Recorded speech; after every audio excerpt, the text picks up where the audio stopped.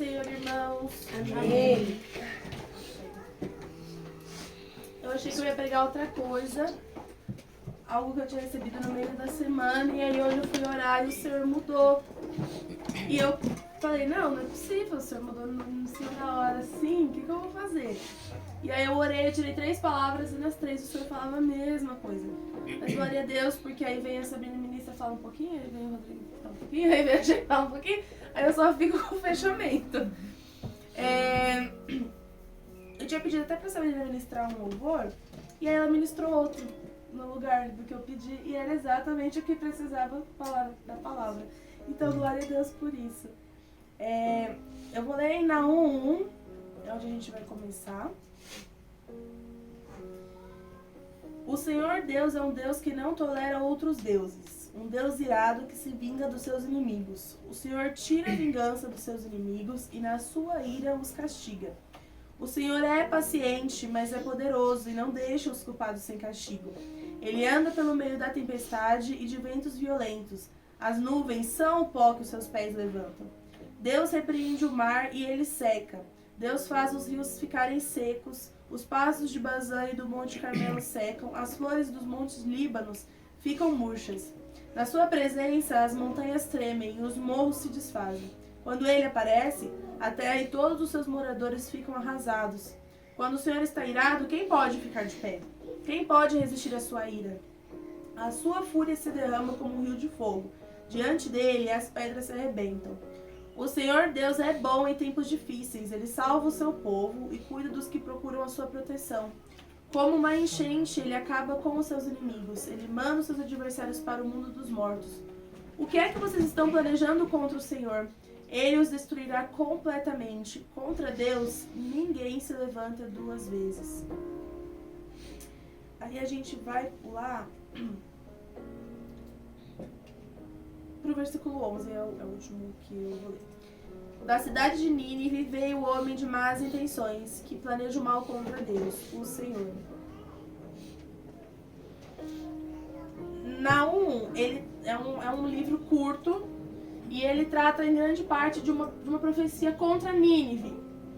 E pesquisando hoje, eu vi que Naum ele foi escrito mais de um século depois do livro de Jonas. E Jonas, acho que quase todo mundo sabe, mas pra quem não sabe, eu vou falar, ele é mandado por Deus para pregar em Nínive e ele não quer. E você vai lendo Jonas e por mais que as pessoas preguem muito mais sobre essa parte do ele é chamado para pregar em Nínive e ele não quer, tem um motivo por trás. Quando ele foge do Senhor e aí o mar se revolta e aí os marinheiros expulsam Jonas do barco porque falam, essa tempestade foi o Senhor que mandou e o Senhor quer Jonas. Então se o Senhor quer Jonas e está mandando tempestade, sai fora do meu barco. E eles jogam Jonas fora e aí Jonas é engolido pelo peixe grande e aí depois ele sai do peixe grande e vai pregar em Nínive. Em Nínive, aquele povo decide se arrepender. Todas as palavras de arrependimento que Jonas lança sobre aquela cidade, o povo escuta.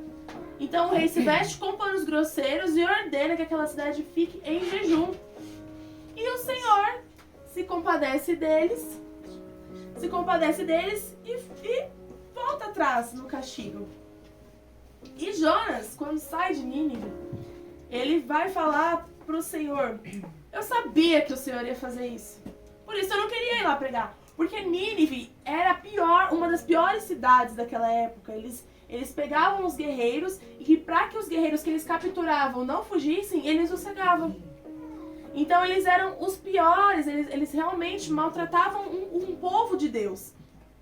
E para Jonas, eles eram sem nenhum tipo de salvação. E ele conhecia tão bem o Deus dele que ele falou, eu não vou pregar, porque se eu for pregar e aquelas pessoas se arrependerem, Deus vai ter compaixão e aquelas pessoas que fizeram todas aquelas maldades vão ser salvas. Ele se colocou numa posição de perdão acima do Senhor. O Senhor não pode perdoar porque eu não acho justo. E o que eu quero trazer essa noite? Não é nem sobre a misericórdia, mas é sobre a nossa visão sobre o pecado. Porque Nínive, ela se arrepende no tempo de Jonas. Mas quando a gente volta em Naum, ela voltou para as mesmas coisas. E ela se arrependeu naquela época, só que o tempo foi passando. E as gerações não mantiveram aquele arrependimento, aquela se prostrar diante do Senhor. Eles voltaram para as velhas práticas. E não adianta nós sermos salvos, sermos libertos, sermos lavados e no dia seguinte a gente voltar para as velhas práticas. O Senhor não vai salvar a gente por dó. Mas o que eu gosto de enfatizar? O Senhor não faz porque Ele é um Deus injusto, mas porque Ele é um Deus justo. Ele nos dá a chance. E Ele não vai voltar pro mesmo ponto que a gente parou, falar, não, faz tudo o que você quer fazer de novo e eu te perdoo de novo. Não é assim que funciona. Né? Eu anotei uma coisa que eu achei muito interessante. Quando a gente estuda os ninivitas, tanto da época de Jonas quanto da época de Naum, a gente percebe que quando o povo abandona o pecado, o Senhor os perdoa. Caso contrário, eles serão destruídos. O Senhor realmente os perdoou, o Senhor deu uma chance, né? E aí eu vou ler...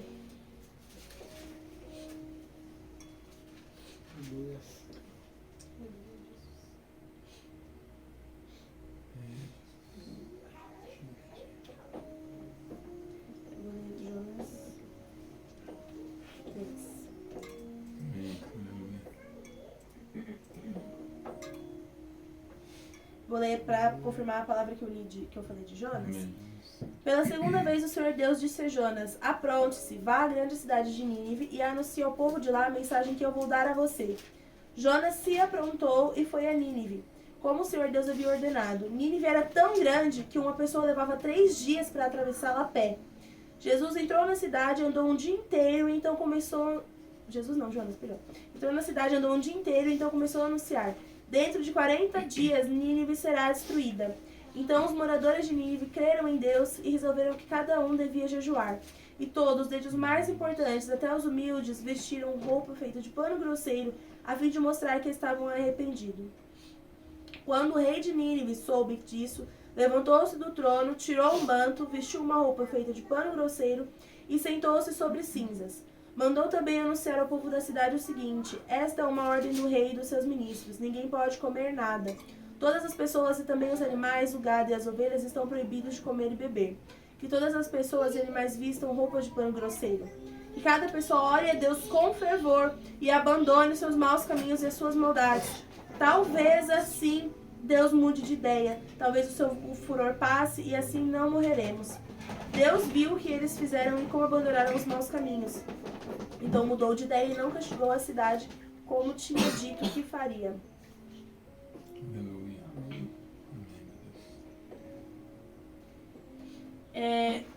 O rei, ele se colocou na posição de menor.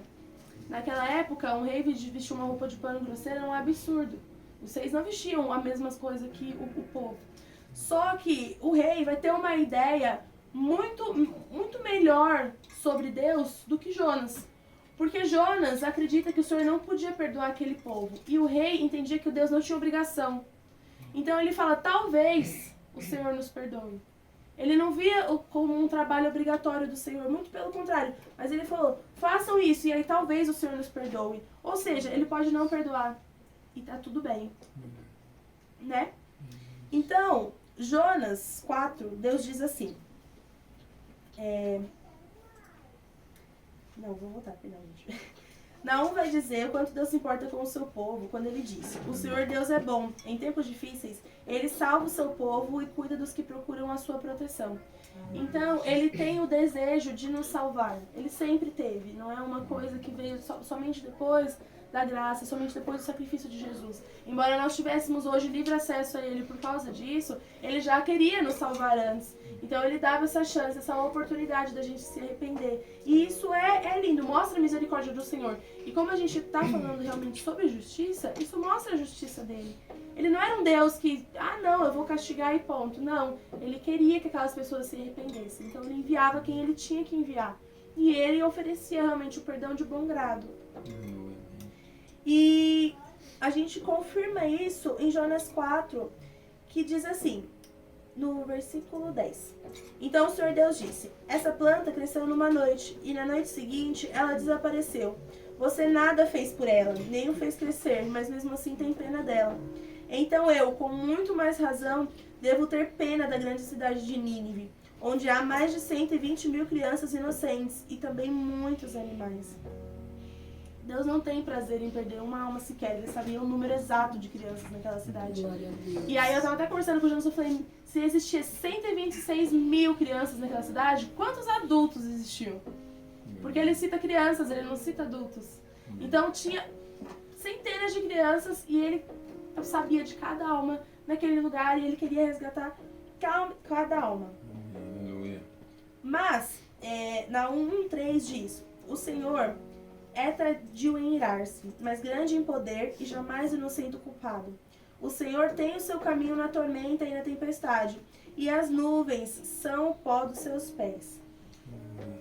E eu anotei aqui o seguinte, esse versículo demonstra a paciência que o Senhor tem para com a humanidade, lhes dando tempo para arrependimento.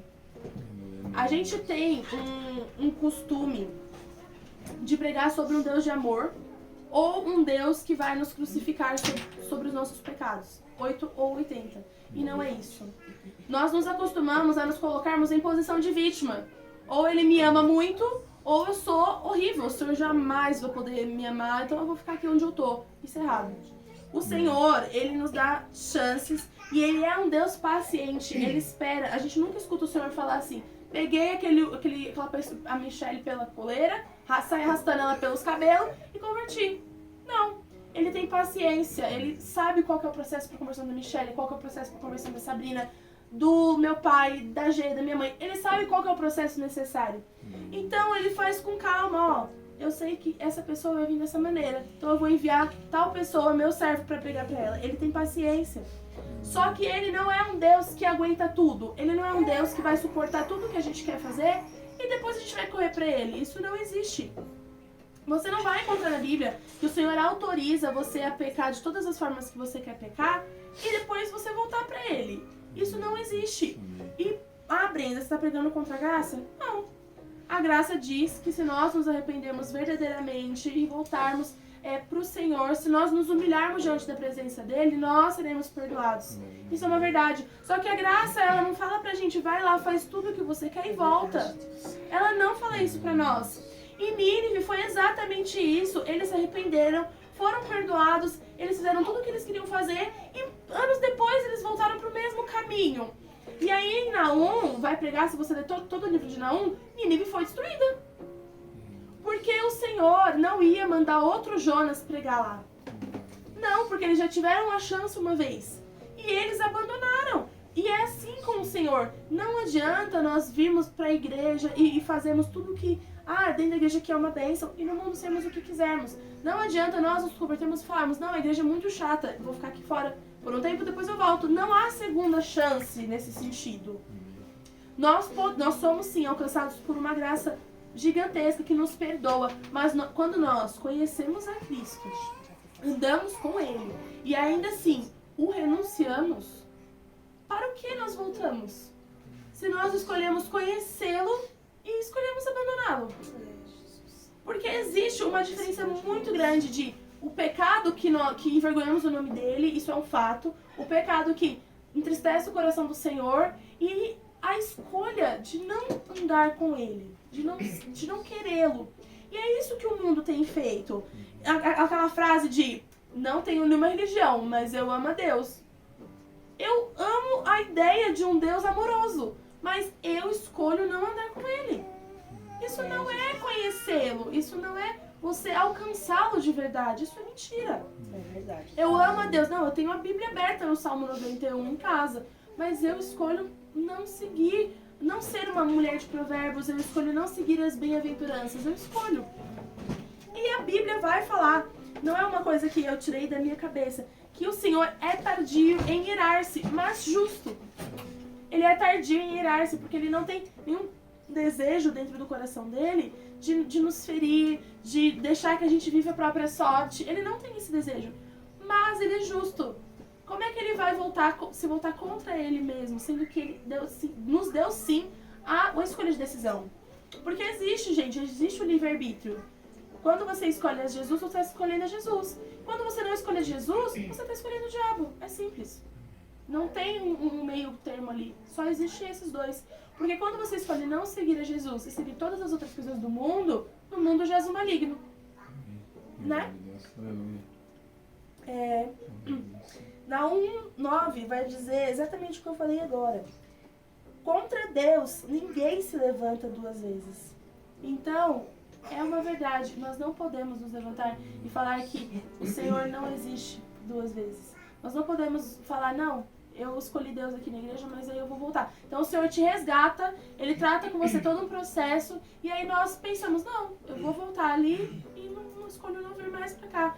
Isso é uma mentira, isso não é uma verdade que a gente pode seguir como certa. É um erro pra vida cristã. Né? E eu anotei uma coisa aqui que eu achei muito poderosa. Nós achamos que esse é um tema pesado para ser abordado. A questão de irmos para a igreja e escolhermos não seguir ali o que o Senhor tem para nós. E eu não tô nem falando só de pessoas do mundo, mas às vezes de pessoas da igreja mesmo, que vão para a igreja e aí chegam em casa e batem na esposa, que realmente escolhem não conhecer o Senhor. Isso é um pecado. E eu anotei aqui que a gente pode achar isso um tema pesado para ser abordado, mas a partir do momento que é pesado para nós ouvirmos que a falta do temor e do pecado nos levarão para o inferno, isso significa que nós não estamos falando o suficiente. Então, a gente tem duas visões, né? O mundo, às vezes, tem duas visões, o Deus de amor ou um Deus carrasco. Mas existe o Deus justo. Ele é justo, ele não é só uma coisa ou outra. Ele é um Deus de amor até ali, e aí se você não quiser, porque ele te dá a escolha de querer ou não, ele deixa você fazer o que você quiser. É uma verdade.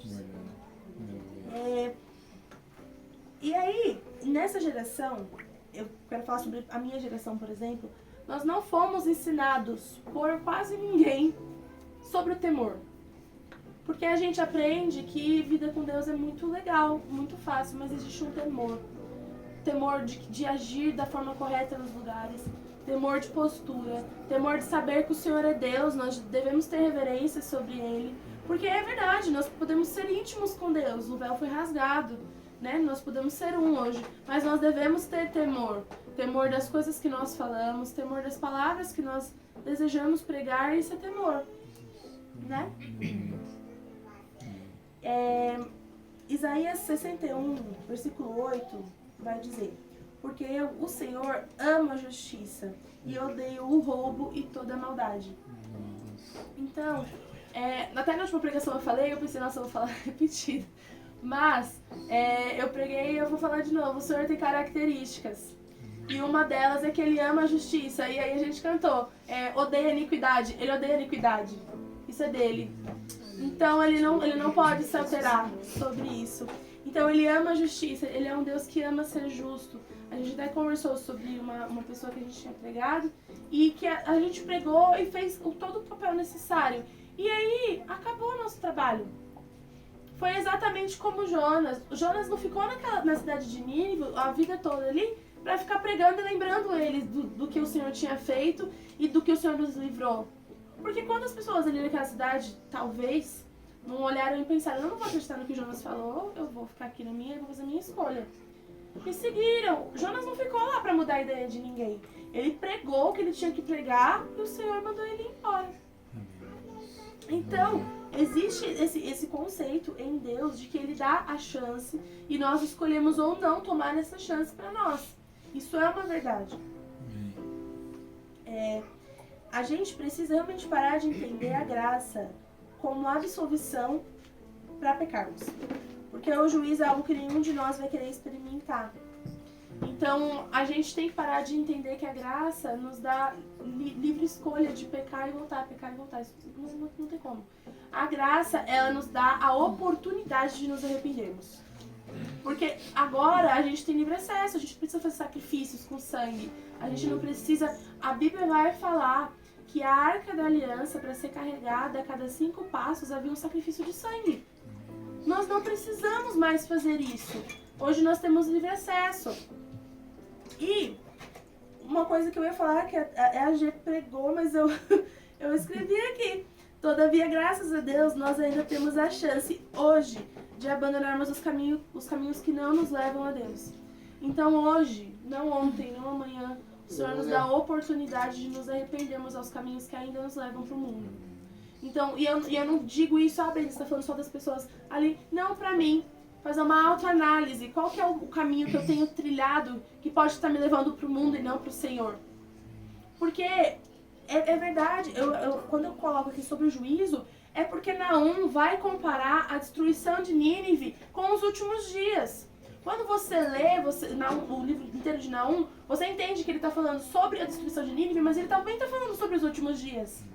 Então, nós somos Nínive, muitas vezes, que ouvimos toda aquela pregação e voltamos para os mesmos caminhos. E aí, vai acontecer exatamente o que houve com Nínive. O Senhor veio e destruiu. E para nós hoje ainda temos a chance. Mas e se ele volta amanhã? Se ele volta amanhã, é o cumprimento de Naum. E nos últimos dias não teremos a quem recorrer. Porque não vai haver mais perdão. Vai haver só sofrimento, vai haver só dor. Então, ele realmente nos dá a chance de falar, realmente, você tem a chance de se arrepender hoje, mas é hoje. Porque voltando pra trás, amanhã, você decide, não, um pouquinho mais tarde, daqui 2 dias, talvez o Senhor já não te ofereça essa chance.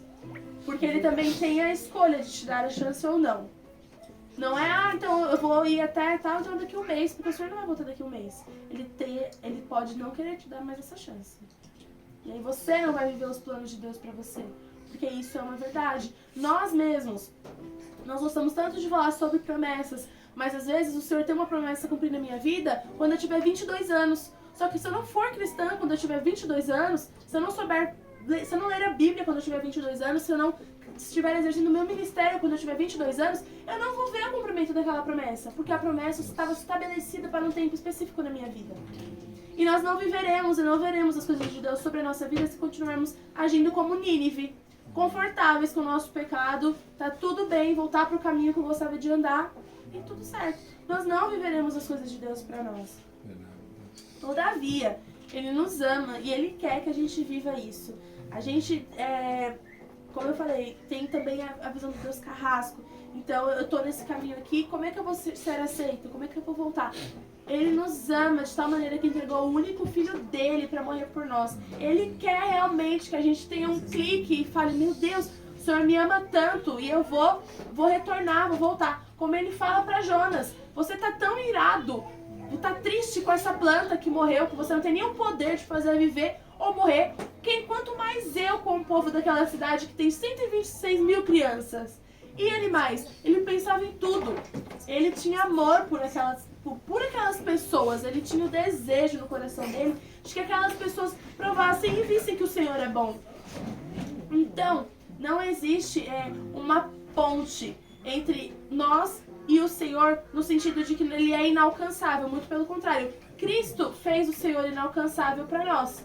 E nós temos a chance. Só que nós podemos escolher ser Nínive ou nós podemos escolher realmente nos arrependermos e sermos salvos. Pessoas pela qual o Senhor guerreia. Porque ele podia ter simplesmente deixado Jonas naquela baleia e deixado Jonas perecer ali, deixado o tempo passar e só castigar Nínive. Mas ele guerreou por Nínive. Ele quis e falou, não, você vai porque eu me importo. Você vai porque eu me importo com aquelas vidas. Eu amo aquelas pessoas, independente de tudo que elas fizeram. Mas ele nunca disse que ele amava o pecado daquelas pessoas e que se elas voltassem para as velhas práticas, ele iria manter, né? Essa é a palavra que eu trouxe hoje, ela é mais curta, mas foi o que o Senhor me deu para pregar. Amém? Amém. Glória a Deus, louvado seja o teu nome, Senhor.